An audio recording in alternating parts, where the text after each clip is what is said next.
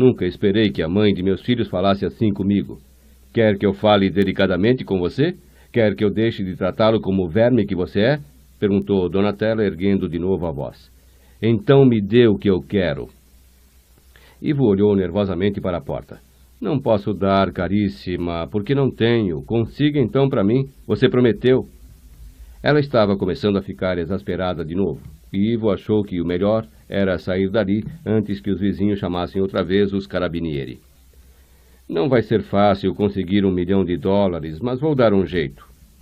Vestiu apressadamente as cuecas e as calças e calçou as meias e os sapatos, enquanto Donatella andava pelo quarto com os seios magníficos e firmes empinados no ar, e Ivo pensava, meu Deus, que mulher, como eu a adoro.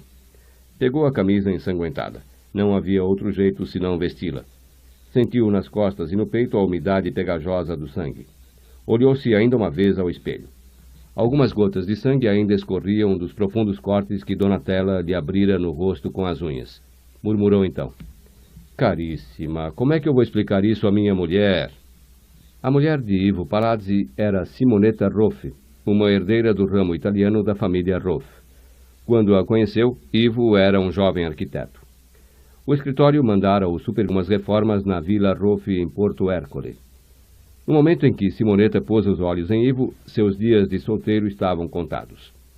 Ivo tinha chegado à 4ª fase com ela na primeira noite e pouco tempo depois estava casado.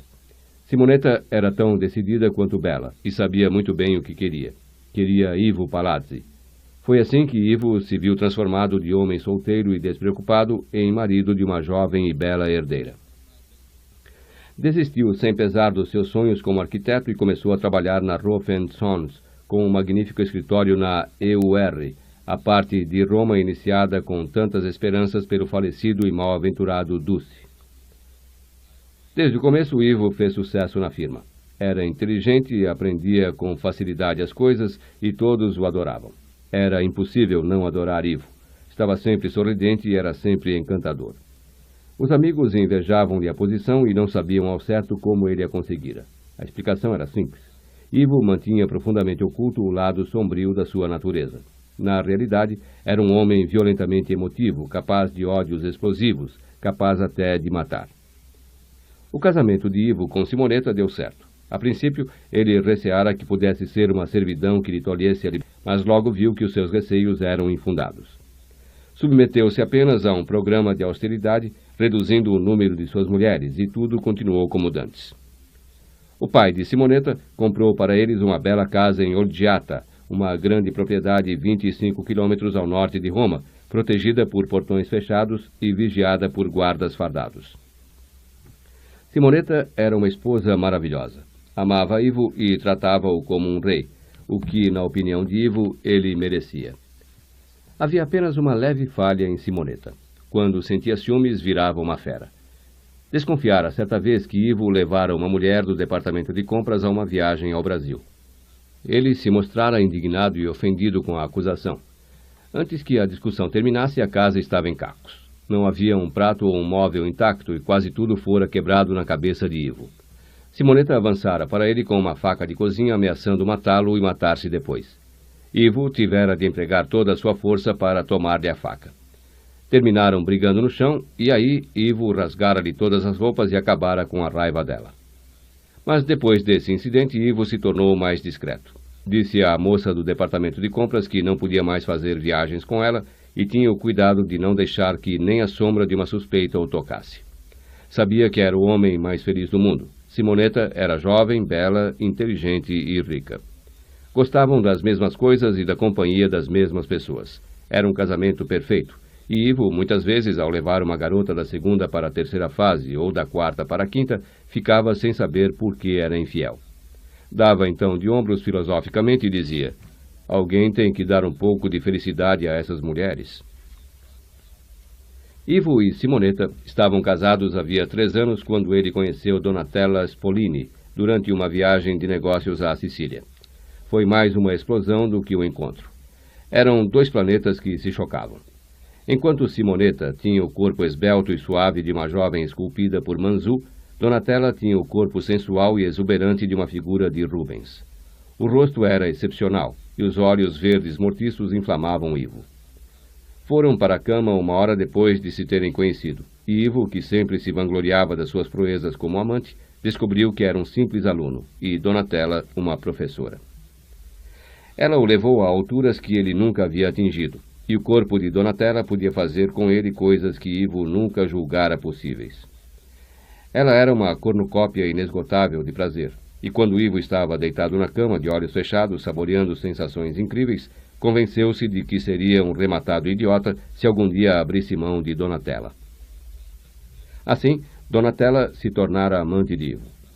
A única condição imposta por ela foi que ele se livrasse de todas as outras mulheres em sua vida, exceto a sua esposa.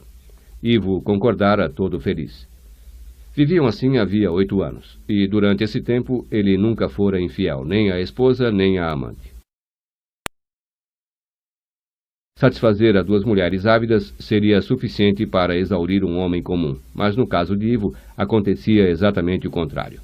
Quando amava Simonetta, pensava em Donatella e no seu corpo redondo e cheio, sentindo-se então cheio de desejo. Quando amava Donatella, pensava nos suaves seios jovens de Simonetta e no seu delicado culo, e se portava como um animal enfurecido. Com qualquer das mulheres a seu lado, sentia que estava enganando a outra, e isso ampliava enormemente o seu prazer.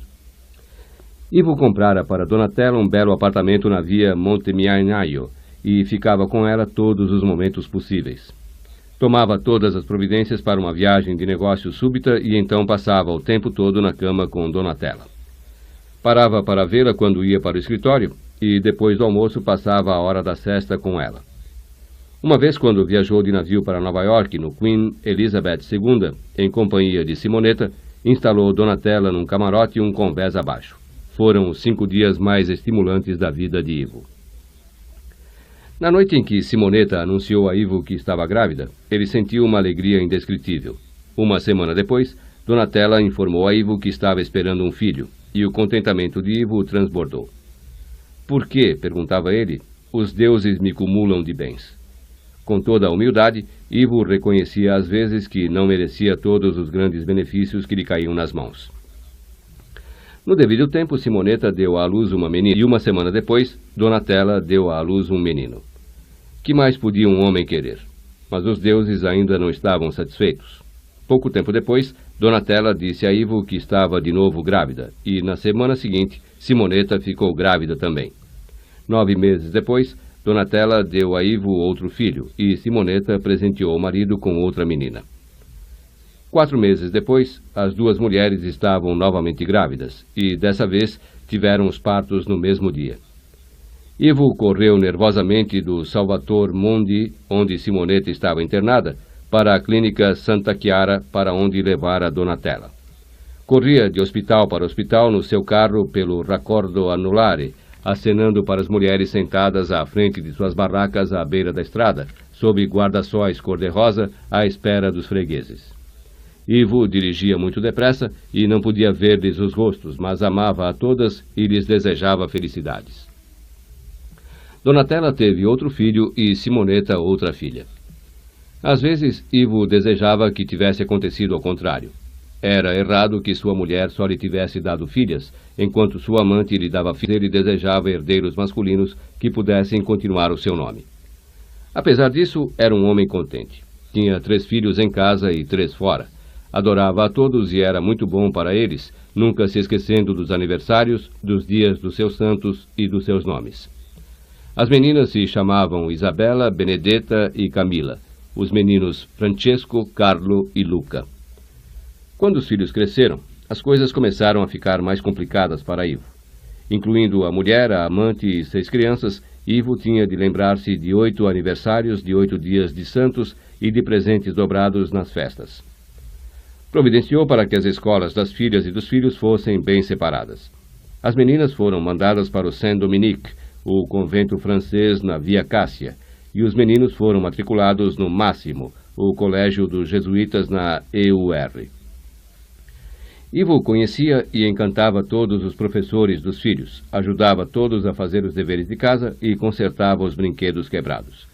O esforço de manter 2 famílias separadas punha à prova toda a energia de Ivo, mas ele dava um jeito. Era pai, marido e amante exemplar. No dia de Natal ficava em casa com Simoneta, Isabela, Benedetta e Camila. No dia de Reis, a Befana, a 6 de janeiro, Ivo se vestia como a Befana, a feiticeira, e distribuía presentes e carbone, a bala de açúcar candy que as crianças adoravam, a Francesco, Carlo e Luca. A mulher e a amante de Ivo eram belas e seus filhos eram inteligentes e bonitos. Sentia orgulho deles. A vida era maravilhosa. Foi então que os deuses cuspiram no rosto de Ivo Palazzi. Como acontece com muitas grandes catástrofes, tudo chegou sem o menor aviso. Ivo tinha feito amor com Simoneta antes do café da manhã, e depois fora diretamente para o escritório, onde fizeram um bom trabalho na parte da manhã. À 1h da tarde, disse a seu secretário, Simoneta não admitia secretárias, que ia a uma reunião que, de certo, lhe tomaria o resto da tarde. Sorrindo ante os prazeres à sua espera, Ivo circundou a construção que bloqueava a rua no Lungo Tevere, onde estavam construindo o metrô havia 17 anos, atravessou a ponte para o Corso Francia e, 30 minutos depois, entrava na sua garagem na via Montemignaio. No momento em que abriu a porta do apartamento, soube que havia algo de anormal. Francesco, Carlo e Luca rodeavam Donatella em prantos. Quando se aproximou, Donatella o olhou com tal expressão de ódio que por um instante Ivo teve a impressão de haver entrado em outro apartamento. «Stronzo!» gritou ela para Ivo. Ivo correu os olhos em torno, cheio de espanto. «Caríssima, crianças, que foi que houve? O que foi que eu fiz?» Donatella levantou-se e jogou-lhe um exemplar da revista Oggi. «Está aí o que você fez. Veja!» Atônito, Ivo pegou a revista e viu na capa uma fotografia em que apareciam ele, Simoneta e suas 3 filhas com a legenda Padre de Família. Dio! Tinha se esquecido inteiramente daquilo. Meses antes, a revista lhe pedira autorização para fazer uma reportagem sobre sua família, e ele, sem dar muita atenção ao caso, concordara. Nunca esperara que dessem tanto destaque à reportagem. Olhou para a amante e para os filhos que choravam e disse, «Posso explicar isso?» «Os colegas deles já explicaram tudo», exclamou Donatella. «Meus filhos voltaram para casa chorando porque na escola todos os estavam chamando de bastardos. Cara, os vizinhos estão nos tratando como se fôssemos leprosos. Não podemos mais levantar a cabeça. Temos de sair daqui.» Ivo olhou para ela atordoado. «O que é que você está dizendo? Vou sair de Roma com meus filhos. São meus filhos também, e você não pode fazer isso. Tente impedir-me e eu o matarei.» Era um pesadelo. Ivo ficou ali vendo a amante e os filhos entregues a um verdadeiro acesso de desespero e pensando, «Não, isso não pode estar acontecendo comigo.» Mas Donatella ainda não dissera tudo. «Antes de sairmos daqui, quero $1 milhão em dinheiro.» Era tão ridículo que Ivo começou a rir. $1 milhão? Se não me der o dinheiro, telefonarei para sua mulher. Isso havia acontecido 6 meses antes. Donatella ainda não cumprira sua ameaça, mas Ivo sabia que poderia cumpri-la.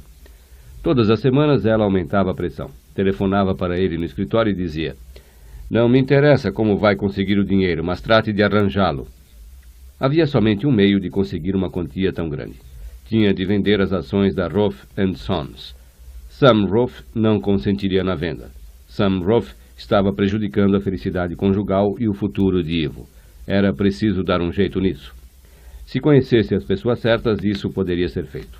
O que mais machucava Ivo era que Donatella, sua querida amante apaixonada, não o deixava tocar nela. Ivo podia visitar as crianças todos os dias se quisesse, mas não podia nem entrar no quarto. «Só depois que me der o dinheiro deixarei você fazer amor comigo», dizia Donatella. No seu desespero, Ivo telefonara para Donatella uma tarde e dissera, «Vou para aí agora mesmo, consegui o dinheiro.» Pretendia amá-la primeiro e acalmá-la depois. Não podia deixar de dar resultado. Conseguiu fazê-la tirar as roupas e então disse a verdade. «Ainda não tenho dinheiro, cara, mas dentro em breve...» Foi então que ela o atacou com as unhas como um animal feroz. Ivo estava pensando nessas coisas ao afastar-se de carro do apartamento de Donatella, como então passara a considerá-lo, e virou para o norte na movimentada Via Cássia, de volta à sua casa em Olgiata. Olhou para o rosto no espelho.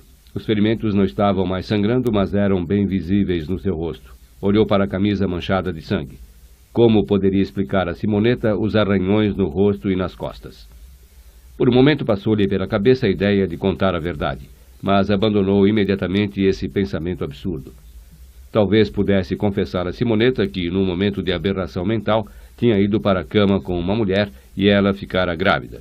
Sim, poderia dizer isso e escapar com vida. Mas 3 filhos? E no espaço de 8 anos? A sua vida não valeria uma nota de 5 liras, e não podia deixar de ir para casa, pois estavam esperando convidados para o jantar e Simonetta fazia questão da sua presença. Ivo estava num beco sem saída. O seu casamento estava acabado. Só San Gennaro, o santo dos milagres, poderia salvá-lo. De repente viu um cartaz ao lado da Via Cássia. Virou o carro na direção do cartaz e freou. 30 minutos depois, transpunha os portões de Olgiata. Sem dar atenção aos olhares dos guardas para seu rosto arranhado e a sua camisa ensanguentada, Ivo seguiu pelos caminhos da propriedade e foi parar diante da casa. Abriu a porta e entrou na sala onde estavam Simonetta e Isabella, a filha mais velha. Simonetta ficou espantada ao olhar para o marido. — O que aconteceu, Ivo? Ivo sorriu a contragosto, tentando dissimular a dor que estava sentindo. — Creio que fiz uma coisa completamente irrefletida, cara. Simonetta havia se aproximado e examinava os arranhões. Ivo podia ver que ela já estava apertando os olhos. Perguntou então com uma voz repassada da maior frieza. — Quem foi que lhe arranhou o rosto desse jeito? — Tibério, disse Ivo, tirando de trás de si um grande e feio gato cinzento, que naquele momento soltou-se de suas mãos e fugiu. Comprei-o para Isabella, mas o danado do bicho me atacou num trecho da estrada em que era muito perigoso parar. Povero amore mio! Instantaneamente Simonetta estava a seu lado. Angelo mio! Vamos subir que eu quero botar você na cama. Vou telefonar para o médico e passar iodo nisso. Não, não é preciso, disse Ivo, fazendo uma careta de dor quando ela passou os braços pelos ombros dele. Cuidado, acho que o bicho me arranhou também as costas. Como você deve estar sofrendo, amore. Nem tanto, disse Ivo com convicção. Estou até me sentindo bem. A campainha da porta tocou. Vou ver quem é, disse Simonetta. Não, eu vou. Estou esperando uns papéis importantes do escritório. Foi até a porta da frente e abriu-a. Signor Palazzi? Sim. Um mensageiro vestido com um uniforme cinzento entregou-lhe um envelope. Dentro havia um teletipo de Rhys Williams. Ivo leu rapidamente a mensagem e ficou muito tempo parado a pensar. Depois respirou fundo e subiu a fim de preparar-se para o jantar. CD 4. Capítulo 4. Buenos Aires, segunda-feira, 7 de setembro, 15 horas. O autódromo de Buenos Aires, nos arredores da capital da Argentina, estava apinhado com cerca de 50.000 espectadores que tinham ido assistir às corridas do campeonato. Era uma corrida de 115 voltas num circuito de quase 7 quilômetros. A corrida já se realizava havia quase 5 horas, sob um sol fortíssimo, e dos 30 carros que haviam largado, restavam poucos. A assistência estava presenciando o desenrolar de um capítulo da história do esporte. Talvez aquela corrida fosse única nos anais do automobilismo. Não tinha havido antes e talvez nunca houvesse depois nada de parecido. Todos os nomes que se tinham tornado lendários nas pistas estavam ali naquele dia. Chris Amon, da Nova Zelândia, e Brian Redman, de Lancashire. Ali estavam o italiano Andrea Di Adamici, num Alfa Romeo 33, e Carlos Mocco, do Brasil, num March. O campeão belga Jack Hicks estava presente, e Reine Wiesel, da Suécia, pilotava um BRM. A pista parecia um arco-íris alucinado, feito dos velozes vermelhos, verdes, pretos, brancos e dourados dos Ferraris, dos Brabhams, dos M19A da McLaren e dos Fórmula 3 da Lotus. À medida que as voltas se sucediam, os gigantes começavam a cair. Chris Amon estava em 4º lugar quando seu carro enguiçou. Raspou no Cooper de Brian Redman, que teve de desligar a ignição para não perder, mas os 2 carros ficaram fora da competição. Reine Wiesel estava comandando a corrida, seguido de perto por Jack Hicks. Na grande curva, o câmbio do BRM se desintegrou e a bateria e o equipamento elétrico pegaram fogo. O carro começou a rodar e bateu no Ferrari de Jack Hicks. A multidão delirava. 3 carros se destacavam dos demais no primeiro pelotão. Eram Jorge Amandaris, da Argentina, pilotando um Surtees. Nils Nilsson, da Suécia, num Matra, e Martel, da França, num Ferrari 312 B2. Estavam fazendo uma corrida brilhante, acelerando nas retas, reduzindo nas curvas, avançando. Jorge Amandaris ia à frente, e os argentinos aplaudiam febrilmente o seu compatriota. Logo atrás de Amandaris vinha Nils Nilsson, ao volante do seu Matra vermelho e branco, seguido do Ferrari preto e dourado dirigido por Martel, da França. O carro francês tinha passado quase despercebido até os últimos 5 minutos, quando começou a destacar-se. Do 10º lugar passara para o 7º e depois para o 5º, fazendo uma corrida firme. A assistência viu então o francês avançar para disputar o 2º lugar ocupado por Nilsson. Os 3 carros corriam a mais de 280 km por hora. Era uma velocidade bastante perigosa em pistas cuidadosamente construídas como Brands Hatch ou Watkins Glen, mas numa pista como aquela da Argentina equivalia a suicídio. A um lado da pista foi afixado o sinal de que faltavam 5 voltas. O Ferrari do francês tentou passar o Matra de Nilsson, mas o sueco se desviou um pouco, bloqueando a passagem. Aproximavam-se rapidamente de um carro alemão retardatário. O carro de Nilsson emparelhou com ele. O carro francês avançou até ficar no estreito espaço entre o alemão e o Matra. O francês acelerou ainda mais, forçando os 2 carros a dar passagem, para ocupar o 2º lugar. A multidão, de respiração suspensa, aplaudiu essa manobra brilhante e perigosa. Faltavam 3 voltas, e Amandaris estava em primeiro, com Martel em segundo e Nilsson em terceiro. Amandaris tinha visto a manobra, sabia que o francês era bom, mas não acreditava que ele pudesse ameaçar-lhe a vitória nas últimas 2 voltas. Pelo canto do olho, viu o Ferrari que tentava se emparelhar com ele. Viu de relance o rosto frio e determinado do piloto sob o capacete. Amandaris lamentava o que tinha de fazer, mas as corridas não eram um jogo para esportistas, mas sim um jogo para vencedores. Os 2 carros se aproximavam da extremidade norte do circuito, onde havia uma curva com uma grande rampa inclinada para fora. Era o ponto mais perigoso da pista, onde já tinha havido numerosos desastres. Amandaris lançou outro olhar rápido ao piloto francês da Ferrari e empunhou com mais força o volante.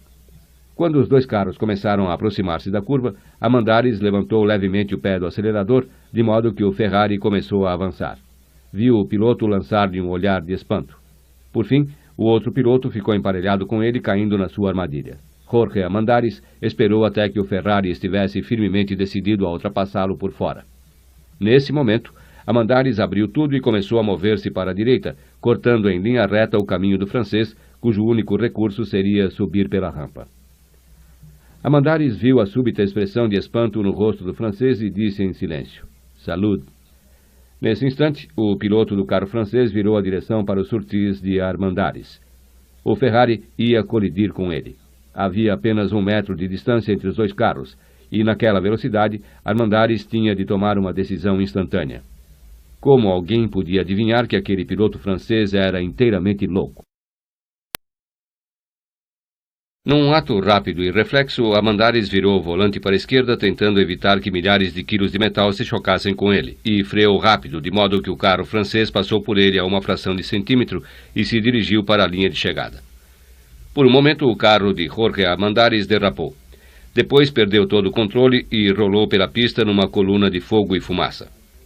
Mas a atenção do público estava voltada para o Ferrari do piloto francês, que recebia a bandeirada da vitória e era imediatamente cercado por uma multidão entusiástica. O piloto levantou-se e tirou o capacete e os óculos. Era uma mulher de cabelos cor de trigo curtos e feições clássicas finamente modeladas. O corpo estava trêmulo não de cansaço, mas de emoção, desde o momento em que olhara para Jorge Amandaris e o fizera partir para a morte. Nos alto-falantes, um locutor dizia: "A corrida foi vencida por Hélène Roth-Martel, da França, pilotando um Ferrari." 2 horas depois, Hélène e seu marido Charles estavam em sua suíte no Hotel Ritz, no centro de Buenos Aires, deitados diante da lareira.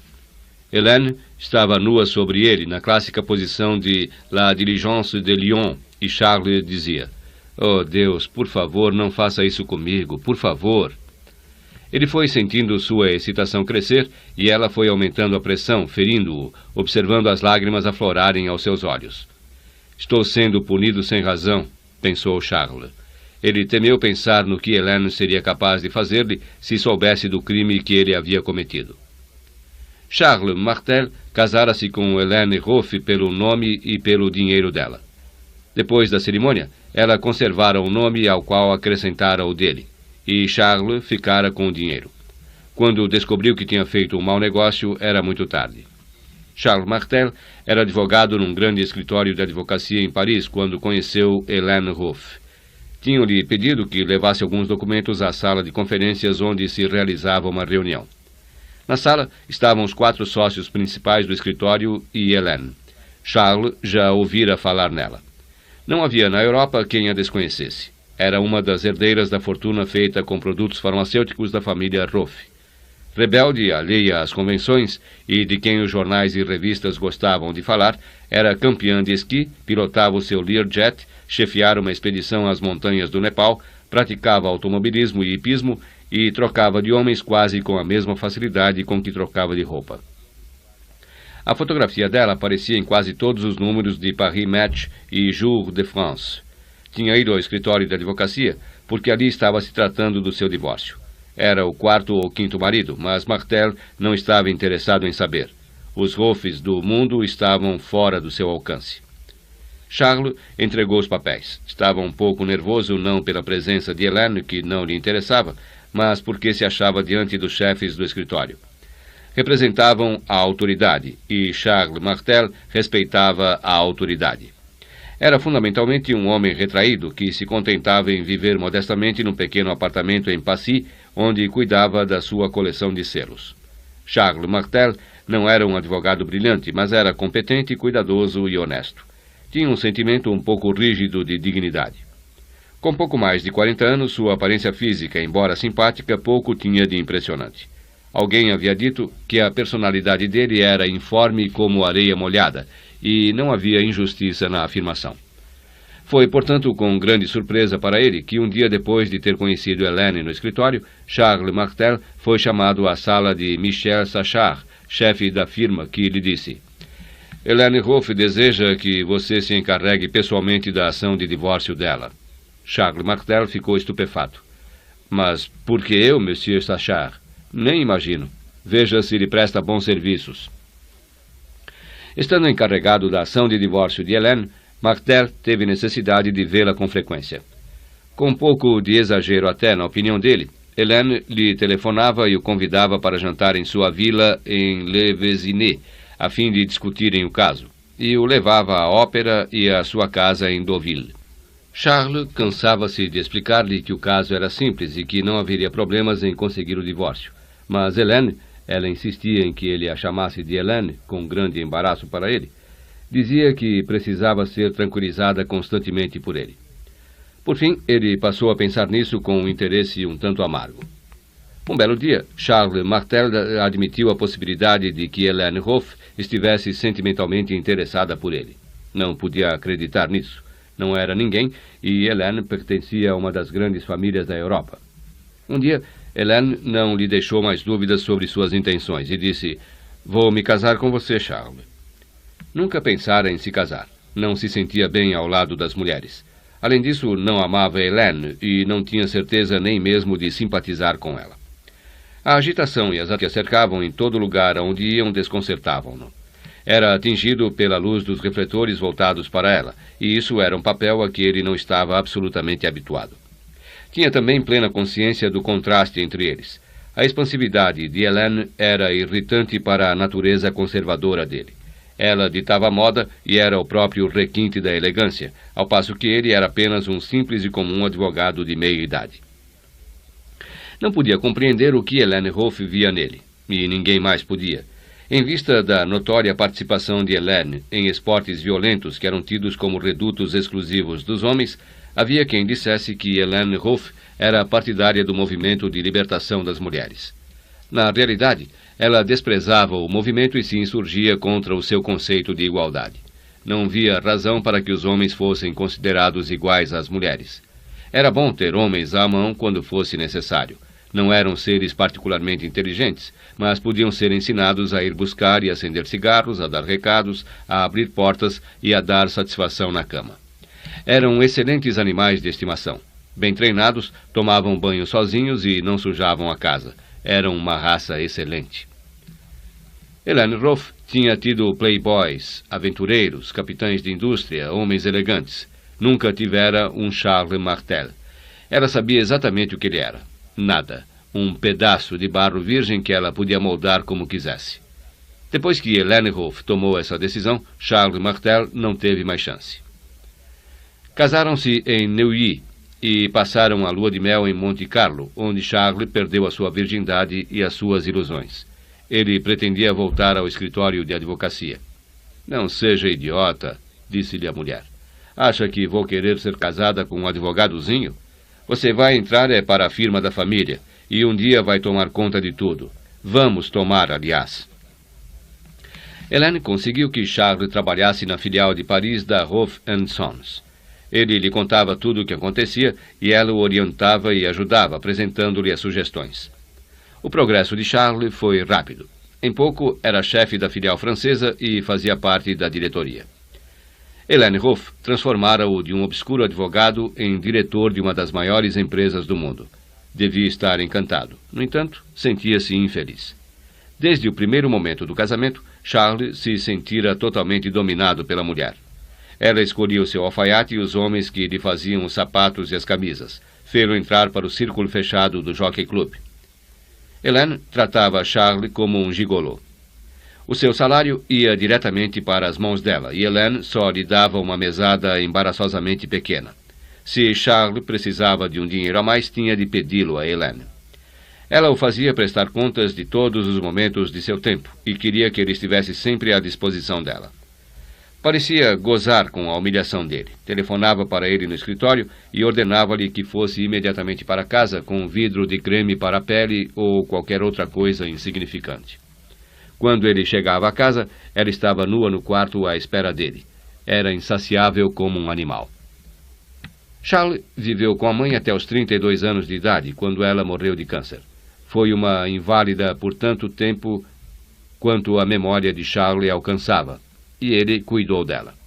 Nunca teve tempo de sair com moças ou de se casar. A mãe foi uma carga pesada, e quando ela morreu, Charles pensou que ia afinal viver em liberdade. Teve, ao contrário, um sentimento de carência. Nunca se interessou por mulheres nem por sexo.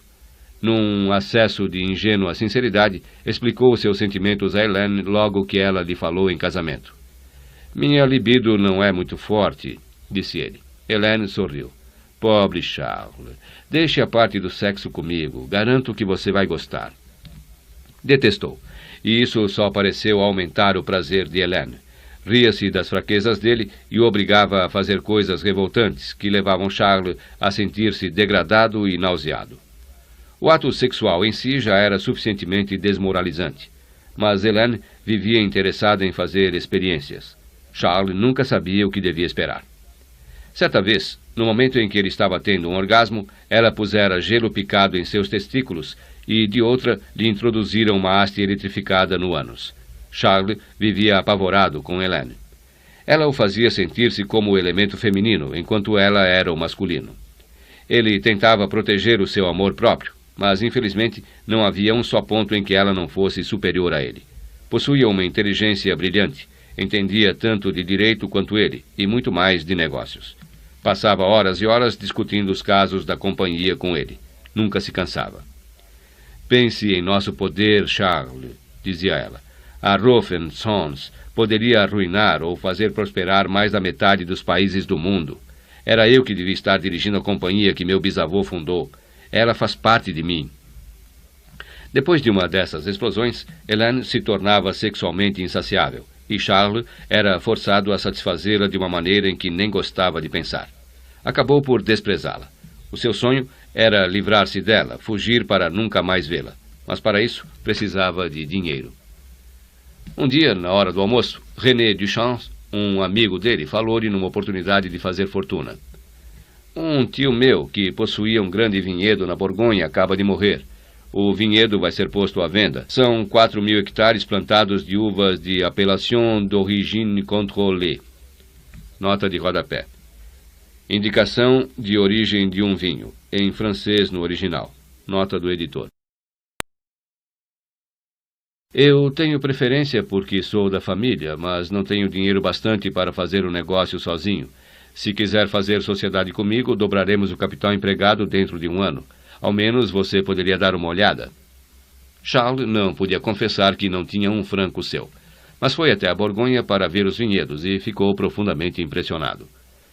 Cada um de nós entrará com 2 milhões de francos, disse Duchamps. Dentro de um ano teremos 4 milhões cada um. 4 milhões de francos. Seria a possibilidade de fuga, a liberdade. Iria para algum lugar onde Hélène nunca poderia encontrá-lo. Vou pensar nisso, disse Charles a seu amigo. E, de fato, pensou. Dia e noite. Era a maior chance de sua vida. Mas como? Seria impossível contrair algum empréstimo sem que Hélène tomasse imediatamente conhecimento disso. Tudo estava no nome dela. A casa, os quadros, os carros, as joias. As joias. Os belos ornamentos que ela guardava num cofre no quarto. Pouco a pouco a ideia tomou corpo em seu cérebro. Se ele pudesse pegar as joias, algumas de cada vez, substituiria as peças por imitações e tomaria dinheiro emprestado sob a garantia das verdadeiras joias. Depois, quando ganhasse nos vinhedos o dinheiro esperado, trataria de repor as joias no cofre e teria dinheiro suficiente para desaparecer para sempre. Telefonou para René Duchamps e disse com o coração a palpitar de emoção. Resolvi fazer sociedade com você. A primeira parte do plano aterrorizou Charles. Tinha de abrir o cofre e roubar as joias de Hélène. A antecipação da coisa terrível que ele ia fazer provocou tamanho nervosismo em Charles que ele mal conseguia trabalhar. Passava os dias como um autômato, sem ver nem ouvir nada do que acontecia à sua volta. Todas as vezes que via Hélène, ficava encharcado de suor. Quase sempre as mãos lhe tremiam. Hélène ficou preocupada com o estado dele e como ficaria com um cachorro de estimação que aparecesse doente. Mandou chamar um médico para examinar Charles, mas ele não encontrou nada de anormal. Um pouco de tensão, talvez. Tudo deve se normalizar com 2 dias de repouso. Hélène olhou para Charles estendido na cama e disse, Muito obrigada, doutor. No momento em que o médico saiu do quarto, ela começou a se despir. Eu não estou me sentindo muito bem, murmurou Charles. Mas eu estou, respondeu Hélène. Charles nunca a odiara tanto. A oportunidade de Charles chegou na semana seguinte.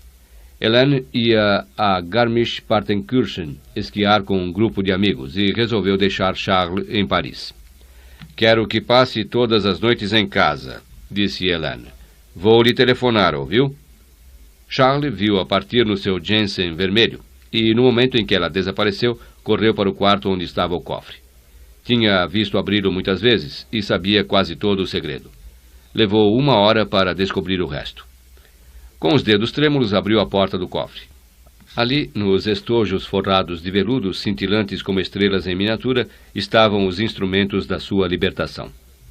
Havia entrado em entendimentos com um joalheiro chamado Pierre Richaud, um mestre em imitação de joias. Nervoso, Charles começara uma longa explicação acerca dos motivos pelos quais ia mandar fazer as imitações, mas Richaud sorriu e disse, Monsieur, estou fazendo imitações para todo mundo. Ninguém, em seu juízo perfeito, sai às ruas com joias verdadeiras nos dias que correm. Charles lhe entregava uma peça de cada vez, e quando a imitação ficava pronta, ele a deixava no cofre no lugar da joia. Empenhava então a joia verdadeira no Crédit Municipal, a instituição de penhores do Estado. A operação demorou mais do que o esperado. Charles só podia abrir o cofre quando Hélène não estava em casa, e houve demoras imprevistas no trabalho de copiar as peças. Mas chegou afinal o dia em que Charles pôde comunicar a René Duchamps. Amanhã terei todo o dinheiro necessário para a nossa sociedade. Havia conseguido o que queria. Era proprietário da metade do vinhedo, e Hélène não tinha a menor suspeita do que ele havia feito. Começara a ler em segredo tudo o que podia sobre vinhas e vinhos. Por que não? Não passar a ser um vinhateiro? Ficou sabendo das diferentes uvas, da Cabernet Sauvignon, a principal uva usada, mas outras eram plantadas e extraídas ao lado dela, como a Gros Cabernet, a Merlot, a Malbec e a Petit Verdot. Uma das gavetas de Charles no escritório vivia cheia de brochuras sobre a fabricação de vinhos. Ficou sabendo de fermentação, podas e enxertos. Soube também que o consumo mundial de vinhos continuava a aumentar. Tinha frequentes encontros com seu sócio. A coisa vai ser ainda melhor do que eu pensava, disse René. Os preços estão subindo vertiginosamente. Devemos ganhar uns 300 mil francos por tonneau logo nas primeiras vindimas. Mais do que Charles havia sonhado. As uvas representavam ouro, e Charles começou a procurar folhetos de turismo sobre as ilhas do Pacífico, a Venezuela e o Brasil. Até os nomes dos lugares tinham para ele um encanto particular. O único problema era que havia poucos lugares no mundo onde não houvesse escritórios da Roth Sons e onde Helene não pudesse descobri-lo. E, se ela o descobrisse, iria matá-lo. A não ser que ele a matasse antes. Era uma de suas fantasias prediletas. Assassinou Helene repetidamente de 1000 maneiras deliciosas e reconfortantes. Começou, então, a gozar morbidamente os desmandos de Helene, pensando sempre que ela o forçava a fazer coisas inconfessáveis. Vou desaparecer daqui a pouco, imunda. Ficarei rico graças ao seu dinheiro, e você nada poderá fazer. E ela dava ordens. Mais depressa, ou não pare agora, enquanto ele obedecia mansamente e sorria satisfeito. Charles aprendeu também que, na cultura das uvas, os meses mais importantes eram os da primavera e do verão, pois os bagos eram colhidos em setembro, e para que apresentassem uma boa qualidade, era imprescindível uma temporada bem equilibrada de sol e chuva. O sol em excesso queimaria o gosto das uvas, ao passo que o excesso de chuva o diluiria. Junho começou esplendidamente. Charles consultava o serviço de meteorologia todos os dias, e mais tarde 2 vezes por dia. Estava numa febre de impaciência há apenas algumas semanas da realização dos seus sonhos. Decidira-se pela Baía de Montego, pois a Roth Sons não tinha escritórios na Jamaica. Seria fácil desaparecer ali. Nem se aproximaria de Round Hill ou de Ocho Rios, onde algum amigo de Helene poderia reconhecê-lo. Compraria nas montanhas. A vida era barata na ilha. Poderia até ter criados e comprar boa comida em sua vida modesta. Por isso, naqueles primeiros dias de junho, Charles Martel foi um homem muito feliz.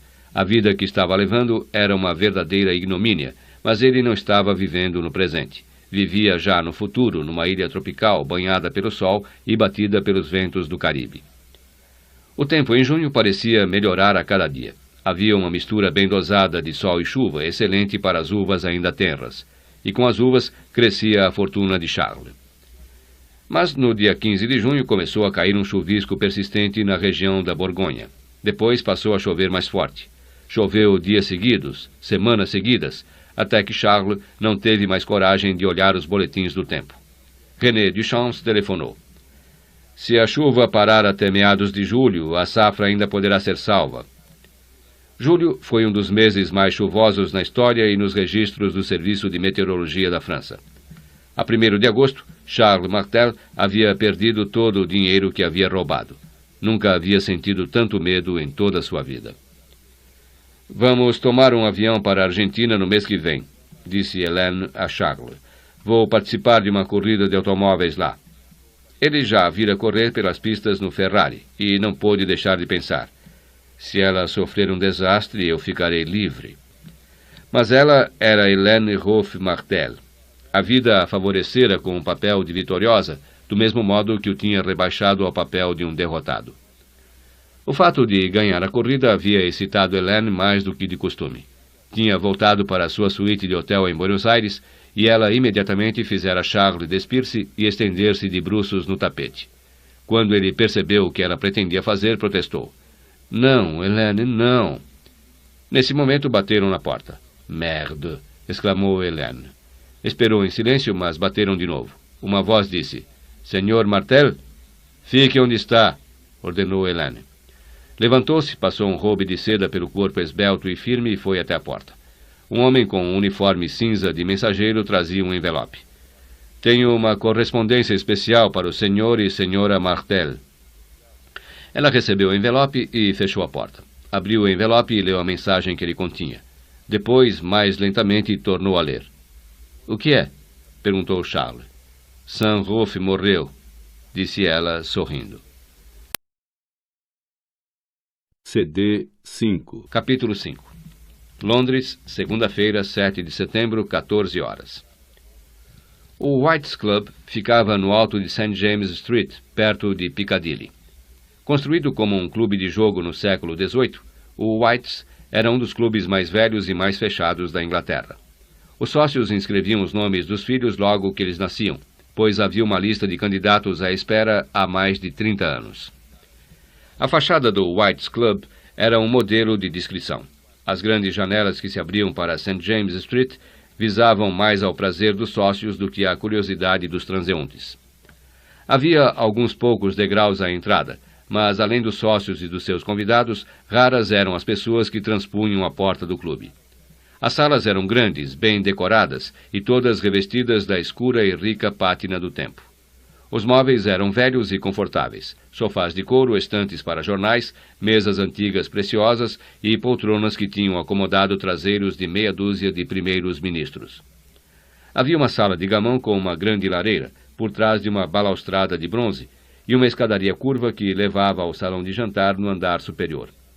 O salão de jantar ocupava toda a largura do prédio e continha uma grande mesa de mogno, à qual podiam sentar-se umas 30 pessoas e 5 mesas laterais. Na hora do almoço ou do jantar, reuniam-se ali alguns dos homens de maior prestígio do mundo. Sir Alec Nichols, membro do parlamento, estava sentado a uma das mesinhas de canto, almoçando com um convidado, John Swinton. O pai de Sir Alec havia sido um baronete, como antes dele seu pai e seu avô. Todos eles tinham pertencido ao Whites Club. Sir Alec era um homem magro e pálido, de quase 50 anos, com um rosto vivo e aristocrático e um sorriso cativante. Chegara havia pouco de carro de sua propriedade rural em Gloucestershire e estava vestido com um paletó e calças largas de tweed com sapatos esporte. Seu convidado usava um terno listrado com uma camisa xadrez espalhafatosa e uma gravata vermelha, parecendo deslocado daquele ambiente calmo e distinto. De fato, o trabalho aqui é primoroso, disse John Swinton, acabando de comer a costeleta que tinha no prato.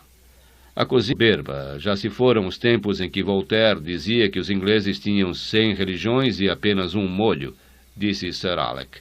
Quem é Voltaire? Perguntou John Swinton. Sir Alec ficou embaraçado e murmurou. É um francês. John Swinton engoliu o último bocado de comida com um gole de vinho.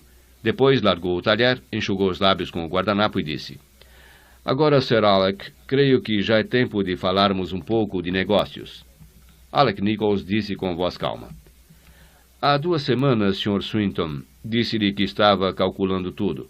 Tem de me dar um pouco mais de tempo. Um garçom se aproximou da mesa com uma pilha de caixas de charutos. Com muita habilidade, estendeu-as em cima da mesa. Não leve a mal, disse John Swinton. Examinou os rótulos das caixas, deu assobios de admiração, escolheu vários charutos que guardou no bolso de cima do paletó e acendeu um. Nem o garçom, nem Sir Alec deram o menor sinal de ter notado essa falta de educação do homem. O garçom cumprimentou Sir Alec e levou os charutos para outra mesa. Meus patrões têm sido muito indulgentes, Sir Alec, mas parece que agora estão ficando impacientes. Pegou o fósforo queimado e jogou-o dentro do copo de vinho de Sir Alec. Aqui entre nós, eles não são nada agradáveis quando perdem a paciência. Não os vai querer atrás de si, não é? Sabe o que estou querendo dizer? Acontece apenas que eu não tenho dinheiro neste momento. John Swinton deu uma risada. Não venha com essa para cima de mim. Sua mãe era uma Rolfe, certo? E tem uma propriedade de 50 hectares, uma boa casa em Knightsbridge, um Rolls Royce e ainda por cima um Bentley. Não me venha dizer que está na miséria, que eu não acredito. Sir Alec olhou em torno ressentido e disse calmamente. Nada disso que acaba de mencionar constitui um ativo passível de liquidação. Não posso... Swinton piscou o olho e disse. E aquela sua mulherzinha, Vivian, não é um ativo passível de liquidação? Sir Alec ficou rubro de raiva. O nome de Vivian nos lábios daquele homem era um sacrilégio. Alec pensou em Vivian como a deixara naquela manhã, ainda suavemente adormecida. Dormiam em quartos separados, e uma das grandes alegrias de Alec Nichols era ir ao quarto de Vivian para uma de suas visitas. Às vezes, quando Alec acordava cedo, ia ao quarto de Vivian, que ainda dormia, só para olhá-la. Acordada ou adormecida, era a mulher mais bela que Alec já havia visto. Ela costumava dormir nua, e seu corpo elegante e curvo se revelava a meio encolhido na cama. Era loura, com os olhos azul claros e uma pele que parecia creme. Vivian era uma pequena atriz quando Sir Alec a conhecera numa festa de caridade. Ficou encantado com a sua beleza, mas o que mais o atraiu foi a personalidade esfuziante e extrovertida dela. Era 20 anos mais que Alec e cheia de alegria de viver. Enquanto Alec era tímido e introvertido, Vivian era gregária e vivaz. Alec não conseguiu deixar de pensar nela, mas levou até ter coragem bastante para telefonar-lhe. Com surpresa e prazer para ele, Vivian aceitou seu convite. Alec a levou a uma peça do Old Vic e depois para jantar no Mirabelle. Vivian morava num modesto apartamento térreo em Notting Hill, e quando Alec a levou até a casa, perguntou: "Não quer entrar?" Ele passou a noite lá, e isso lhe transformou inteiramente a vida. Era a primeira vez que uma mulher o fazia atingir o clímax. Jamais conhecera nada que se comparasse a Vivian. Ela tinha a língua aveludada, longos cabelos esvoaçantes e possuía profundidades úmidas e exigentes que ele explorava até se exaurir. Sentia-se excitado só de pensar nela. Havia mais alguma coisa. Ela o fazia rir e sentir-se vivo. Fazia troça de Alec por ser tímido e um tanto casmurro, e ela adorava isso. Estava com ela sempre que Vivian o permitia. Quando Alec a levava a alguma festa, Vivian era sempre o centro de todas as atenções. Alec se orgulhava disso, mas sentia ciúmes dos rapazes que a cercavam e não podia deixar de pensar que muitos deles já deviam ter dormido com ela. Nas noites em que Vivian não podia estar com ele porque tinha outro compromisso, Alec se roía de ciúme. Ia até o apartamento dela, estacionava o carro nas vizinhanças para ver a que horas ela voltava para casa e se chegava acompanhada. Sabia que estava procedendo insensatamente, mas não conseguia agir de outro jeito. Estava enleado em laços muito difíceis de desatar. Compreendia que Vivian não servia para ele e que seria um grande erro da sua parte casar-se com ela. Era um baronete, um respeitável membro do parlamento, com um brilhante futuro. Fazia da dinastia Rolfe e integrava a diretoria da empresa. Vivian não tinha meios para poder incorporar-se ao mundo em que ele vivia. Era filha de uma dupla de artistas de segunda classe de music hall, que faziam turnês pelas províncias. Vivian não tinha instrução e o pouco que sabia aprendera nas ruas e nos bastidores dos teatros. Alex sabia que ela era promíscua e superficial. Era esperta, mas não particularmente inteligente. Apesar de tudo isso, Alec vivia obcecado por ela. Resistiu. Tentou deixar de vê-la, mas não conseguiu. Era feliz ao lado dela e quase desgraçado quando estava longe. No fim, propôs-lhe casamento porque não podia deixar de proceder assim, e quando Vivian aceitou, ficou em êxtase. Levou a esposa para a casa da família, uma bela mansão georgiana em Gloucestershire, com colunas délficas e uma longa entrada curva para carros. No centro de 50 hectares de ricas terras de lavoura, com um parque de caça e um rio para pescar. Nos fundos da casa havia um jardim criado por um famoso paisagista. O interior da casa era admirável. O grande hall de entrada tinha chão de pedras e paredes revestidas de madeira pintada. Havia velhas lanternas e mesas douradas com tampo de mármore. A biblioteca tinha estantes feitas ainda no século XVIII, mesas com pedestal de Henry Holland e cadeiras de Thomas Hope. A sala de estar era uma mistura de Applewhite e Chippendale, com um tapete Wilton e 2 lustres de Waterford. Havia um grande salão de jantar com capacidade para 40 convivas e uma sala de fumar. No segundo andar havia 6 quartos, cada qual com a sua lareira Adam. No terceiro andar ficavam os alojamentos dos criados. 6 semanas depois de se mudarem para casa, Vivian disse: "Vamos-nos embora daqui, Alec." Ele a olhou atônito. "Quer ir passar alguns dias em Londres, é isso?" "Não, quero mudar-me para Londres." Alec olhou através da janela para os campos verdes onde brincara quando criança e onde se erguiam o gigantesco sicômoro e os grandes carvalhos, e murmurou com alguma hesitação: "Mas isto aqui é tão tranquilo, Vivian. É justamente isso. Não suporto mais essa danada tranquilidade." Mudaram-se para Londres na semana seguinte. Alec tinha uma elegante casa de 4 andares em Londres, em Wilton Crescent, logo depois de Knightsbridge.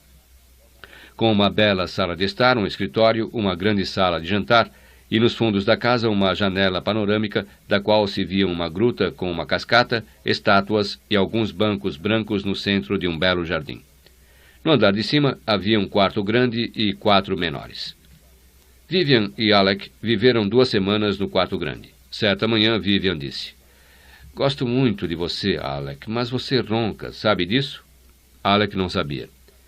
"Tenho de dormir sozinho, amor. Você não se importa, não é?"